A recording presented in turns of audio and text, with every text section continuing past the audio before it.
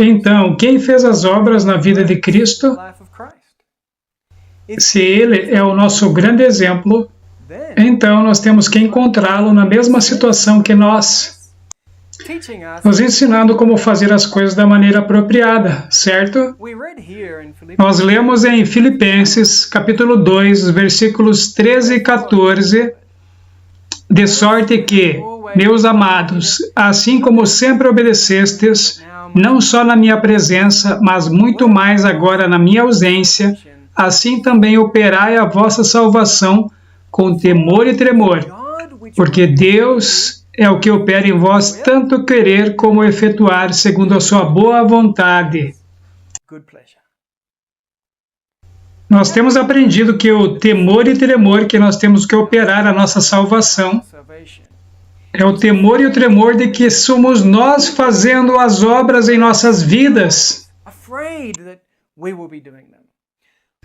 Nós já vimos que, por causa da nossa natureza pecadora, todas as nossas melhores boas obras são contaminadas pelo pecado.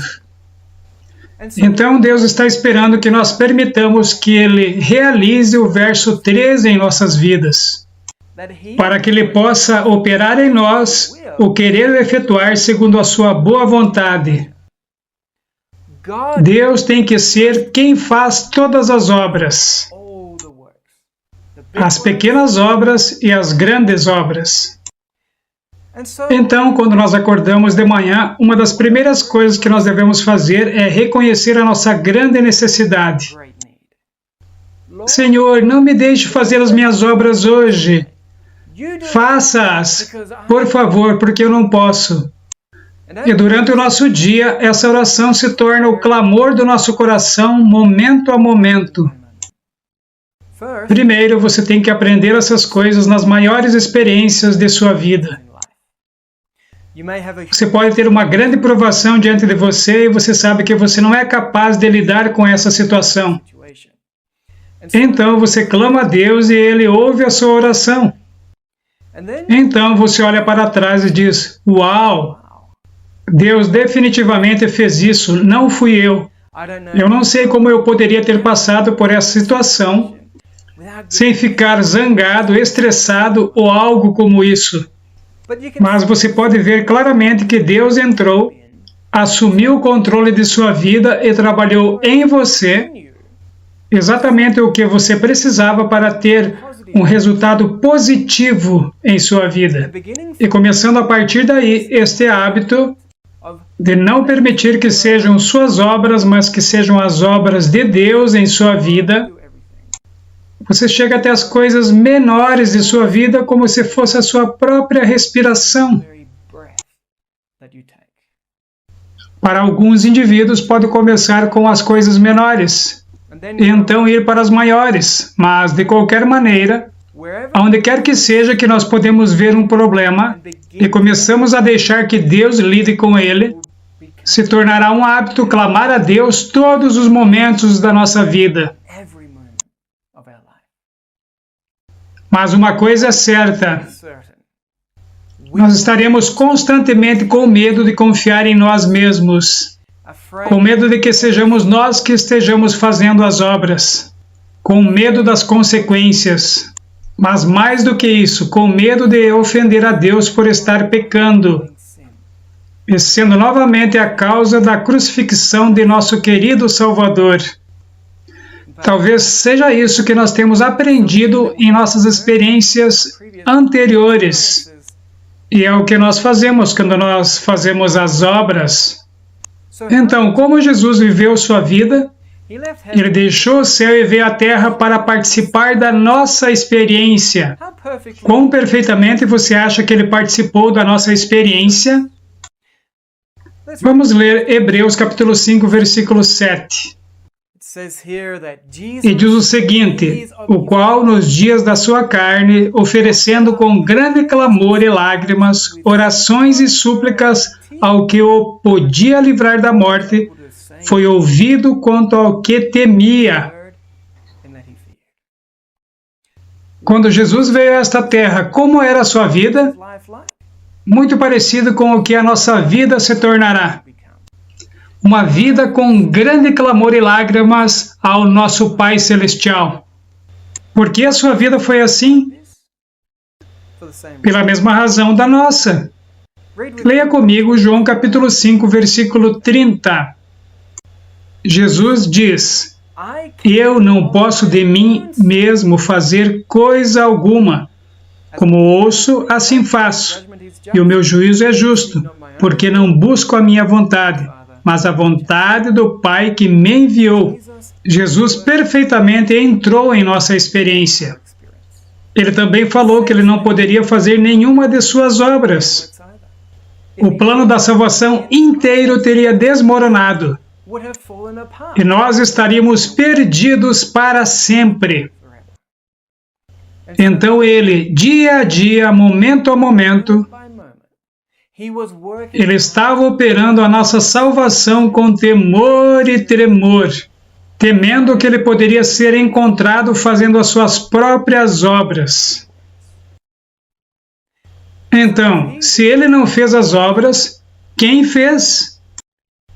Vamos ler João capítulo 14, do versículo 8 ao 10. Disse-lhe Filipe: Senhor, mostra-nos o Pai, o que nos basta. Disse-lhe Jesus: estou há tanto tempo convosco e não me tendes conhecido, Filipe? Quem me vê a mim, vê o Pai. E como dizes tu, mostra-nos o Pai? Não crês tu que eu estou no Pai e que o Pai está em mim? As palavras que eu vos digo, não as digo de mim mesmo, mas o Pai que está em mim é quem faz as obras. O Pai fazia as obras. A vida de Cristo era preenchida com as obras do Pai Celestial. Exatamente o que nós estamos necessitando hoje. De fato, tão perfeita era a sua vida preenchida com as obras do Pai, que ele diz isso aqui em Mateus capítulo 11, versículo 27. Todas as coisas me foram entregues por meu Pai, e ninguém conhece o Filho senão o Pai, e ninguém conhece o Pai senão o Filho, e aquele a quem o Filho o quiser revelar. Esse verso nos diz que o Filho revelará quem é o Pai, mas não diz que o Pai revelará quem é o Filho. Quando nós estudamos a vida de Cristo e contemplamos o seu lindo caráter, que é demonstrado por suas obras, não é o caráter de Cristo que nós vemos, é o caráter do Pai. Vocês se lembram que Jesus falou a Filipe? Se vocês viram a mim, vocês viram o Pai. Então, quando você vê Jesus curando os leprosos, quem realmente os está curando? O Pai Celestial. Quando nós vemos Jesus falando conforto ao pecador cansado, quem está falando? O Pai. E essa é uma realização incrível, porque muda completamente o nosso relacionamento com Deus. Vamos ver como. Vamos ver alguns exemplos do Pai trabalhando em seu Filho. Primeiro, vamos ler Mateus capítulo 9, versículo 2. E Jesus, vendo a fé deles, disse ao paralítico: Filho, tem bom ânimo, perdoados te são os teus pecados. Quem falou essas palavras? Lembrem-se, Jesus não fazia suas próprias obras. Sim, foi o Pai Celestial que falou essas palavras através do seu Filho. Perdoados te são os teus pecados. Mas percebam que antes de falar estas palavras, ele disse: tem bom ânimo. Se você já viajou para a América Latina, você já viu as grandes catedrais. Até nas vilas mais pobres, e muitas são decoradas com ouro no seu interior, enquanto os pobres estão mendigando nas ruas lá fora. Muitas dessas pessoas são pobres porque elas deram todo o seu dinheiro para a igreja, tentando tirar um parente do purgatório, ou tentando comprar a salvação para elas mesmas. Mas a igreja não dá nada a eles em troca, exceto mais superstição e medo. Quando as pessoas passam pela igreja, vocês podem vê-los fazendo o sinal da cruz, mesmo que eles estejam andando de moto ou de bicicleta. Eles acreditam que se eles não fizerem isso, alguma coisa ruim acontecerá com eles. Que Deus não vai mantê-los salvos se eles não mostrarem respeito. Eles fazem isso porque eles têm uma ideia errada de quem é Deus. Mas, amigos, eu tenho que dizer a vocês que eu encontrei muitos cristãos, mesmo adventistas do sétimo dia, que têm uma percepção bem católica do caráter do nosso Pai Celestial. Eu cresci na igreja tendo exatamente esta mesma mentalidade. Eu tentei arduamente fazer as coisas corretamente, mas parecia que cada vez que eu fazia isso, alguma coisa errada acontecia. Eu achava que Deus estava me punindo, exatamente como meu pai terrestre me batia com uma colher de pau nas minhas costas. Então eu tentei mais arduamente fazer as coisas corretamente, porque eu estava com medo da punição. Eu não obedecia por amor, mas obedecia por medo. Eu também estava com medo que se Deus não me punisse realmente, Ele não me protegeria. E toda a minha vida eu tive medo de Deus. Eu sei que muitos de vocês sabem sobre o que eu estou falando, porque quando eu ensino essas coisas na igreja, eu vejo muitas cabeças balançando, dizendo que eles tiveram o mesmo problema. No tempo dos judeus, o ensino grego em relação a Deus influenciou todas as religiões mundiais, até a religião dos judeus. Ninguém tinha nenhuma ideia de quem era Deus. Eles achavam que ele era como o deus grego Zeus, apenas observando e esperando para atingir os homens com seus raios no momento que eles o ofendessem. Jesus veio a esta terra, ele tomou a humanidade sobre ele, e ele se tornou um meio de comunicação transparente para o Pai Celestial mostrar para o mundo quem ele realmente é. Muitos dos judeus da época olhavam para o paralítico como se ele tivesse sido punido por Deus, que ele deveria ter ofendido a Deus, então Deus o havia afligido com esse sofrimento terrível para puni-lo por causa dos seus pecados. Antes mesmo de Deus perdoar os pecados do paralítico, ele disse: "Tende bom ânimo." Deus odeia nos ver tão infelizes neste mundo. Ele odeia nos ver deprimidos por aí, sempre deprimidos, pensando que ninguém me ama, ninguém se importa. Ele quer que nós sejamos felizes. Ele quer que nós nos regozijemos na vida que Ele nos deu. Sim, a vida pode ser preenchida com muitos capítulos escuros, mas há sempre o final desse capítulo e o começo de um novo capítulo. Novas oportunidades, novos privilégios. Podemos ter roseiras bravas e espinhos em nosso caminho, mas as flores mais brilhantes são encontradas acima das roseiras bravas, e as maiores e mais cheirosas rosas crescem acima dos espinhos, e você mal pode ver os espinhos. Há tantas coisas ao nosso redor que Deus nos deu que devem nos tornar felizes, quer escolhamos a Deus ou não. O salmista diz que Deus dá dons aos rebeldes também. Todos nós já encontramos alguém que é genuinamente feliz e ele nem sequer conhece a Deus.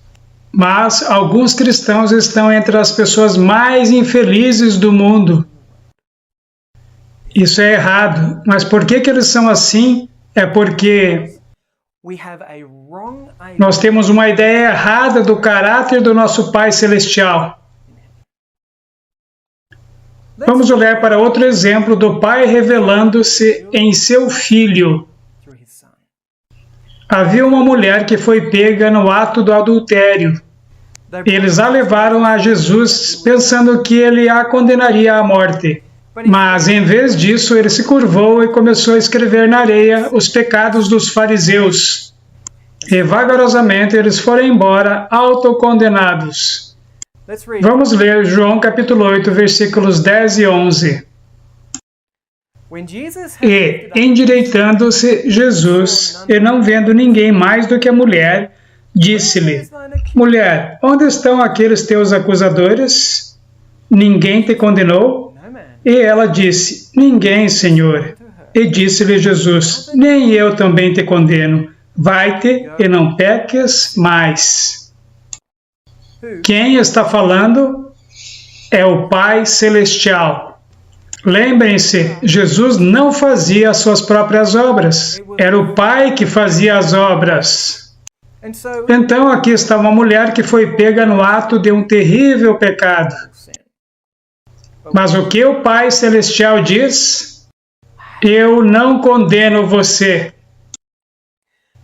O Pai não condenou esta mulher, essa terrível pecadora. Nós pensamos que quando alguém comete um terrível pecado, Deus o condena. E que se não fosse a intercessão de Cristo, Deus o destruiria com um raio de sua ira. Mas aqui está o Pai em seu Filho, que está exatamente na frente dessa mulher, e ele diz: eu não condeno você. Vamos deixar algo bem claro sobre Deus. Deus não condena ninguém. Leia João capítulo 3, versículo 17. Porque Deus enviou seu Filho ao mundo, não para que condenasse o mundo, mas para que o mundo fosse salvo por ele. Deus não enviou seu Filho a esse mundo para condená-lo, mas para salvá-lo. E se Deus não nos condena, de onde vem a condenação? Vamos ler também João capítulo 12, versículos 47 e 48. E se alguém ouvir as minhas palavras e não crer, eu não o julgo, porque eu vim não para julgar o mundo, mas para salvar o mundo. Quem me rejeitar a mim e não receber as minhas palavras, já tem quem o julgue. A palavra que tenho pregado, essa o há de julgar no último dia. Não Deus, mas as suas palavras nos julgarão, e a condenação virá delas. Mas percebam que essas palavras são as palavras da vida. É Deus falando e nos oferecendo vida. Então, se nós rejeitamos essa vida, então essas palavras serão um testemunho contra nós. E elas serão as testemunhas de que nos foi oferecido vida, mas nós a rejeitamos. Então as palavras nos condenarão. Mas, em última instância, quem é que nos condena? Somos nós mesmos, porque nós rejeitamos a vida. É exatamente o que esse versículo diz em Mateus capítulo 12, versículo 37. Porque por tuas palavras serás justificado, e por tuas palavras serás condenado. Porque nós dissemos não à palavra da vida. Deus Pai, Ele mesmo disse a essa mulher adúltera: eu não te condeno. Mas o que eu tenho visto nas igrejas é isto, que essa história é contada e o pregador enfatiza: vá e não peques mais. E ele se esquece da parte do eu não te condeno. Então, entre os cristãos, nós temos este problema onde nós estamos sempre olhando e apontando uns para os outros e dizendo, você não tem nenhuma desculpa, não faça isso novamente. E quando uma mulher na igreja cai na armadilha de Satanás e comete adultério, o que nós fazemos? Nós a expulsamos.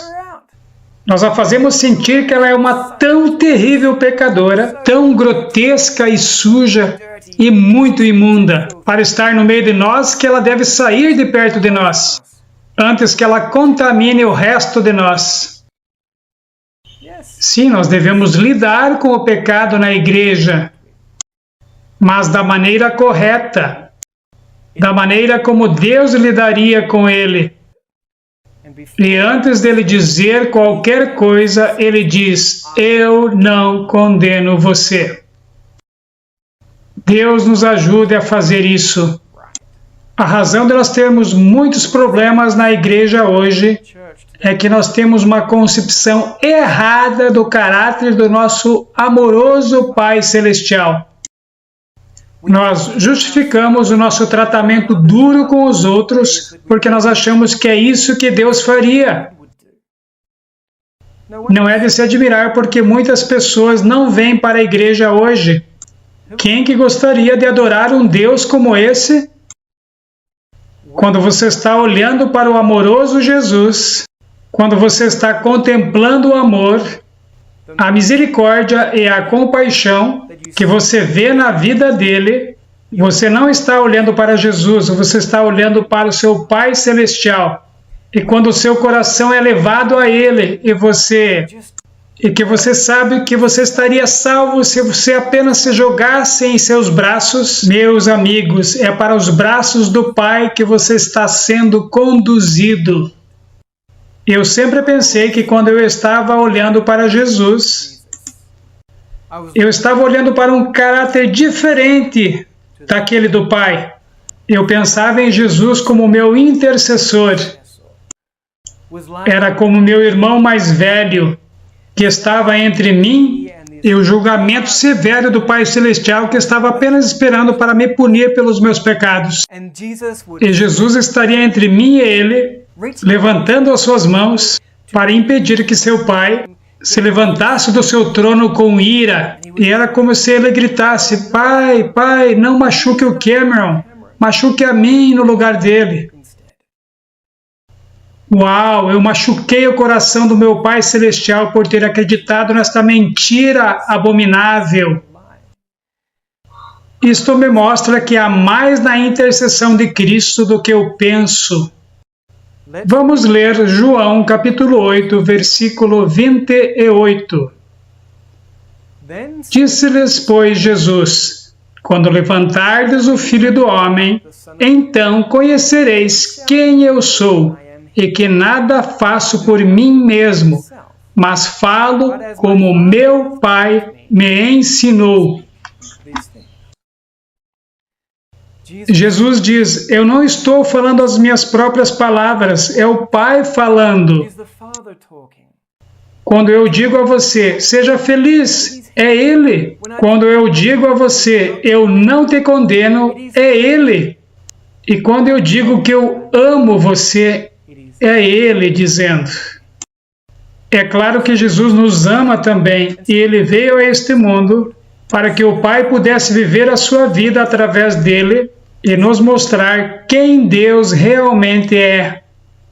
Ele diz que quando você olhar para mim pendurado na cruz, você saberá que eu não faço nada por mim mesmo. Ele tinha uma humanidade que tinha medo de ser culpado por algo que ele nunca fez. Uma humanidade exatamente como a nossa, que queria fugir e se esconder do sofrimento. Quando você olhar para mim pendurado na cruz, ele diz, você saberá que é o meu Pai vivendo a sua vida em mim, porque se eu deixar a minha humanidade seguir o seu próprio caminho, eu estarei correndo para a direção oposta. Vocês se lembram da oração de Jesus no Getsêmani? Não minha vontade, mas a sua vontade seja feita. No livro Cristo Triunfante, página 249 em português, Ellen White diz: não se faça a minha vontade humana, mas a tua. Então Jesus diz, vamos voltar para João capítulo 8 e vamos ler o verso 29 agora. E aquele que me enviou está comigo. O Pai não me tem deixado só, porque eu faço sempre o que lhe agrada. Vocês se lembram o que nós lemos em Filipenses capítulo 2, versículo 13? Deus opera em nós o querer e o efetuar de acordo com a sua boa vontade. Aqui Jesus faz uma conexão para nós. As suas obras sempre agradaram a Deus, porque o Pai operava nele o querer e o efetuar de acordo com a sua boa vontade. Mas há algo que será necessário para que o Pai fique satisfeito.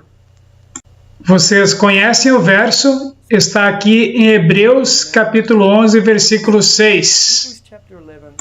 Ora, sem fé é impossível agradar-lhe. Fé. Sem fé é impossível agradar-lhe.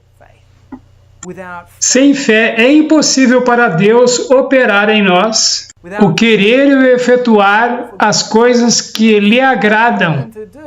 Cristo tinha uma fé que trazia o perfeito fazer correto de Deus em sua vida. Então, o que Jesus tinha? Você sabe o que é? Justificação pela fé. Fazer o correto pela fé. Então, no nosso próximo estudo, nós vamos falar sobre o que é fé. E acredite-me, você vai querer ouvir esse estudo. Porque eu passei a minha vida inteira tentando descobrir o que é fé. Mas Deus me mostrou que fé é algo bem simples. E o que nós precisamos são somente 6 versos do Evangelho de Mateus para compreendê-la. Então, no próximo estudo depois desse, nós veremos como a fé trouxe o fazer correto de Deus à vida de Jesus Cristo. Louvado seja Deus por nos dar as respostas que nós precisamos. Nos vemos no próximo episódio.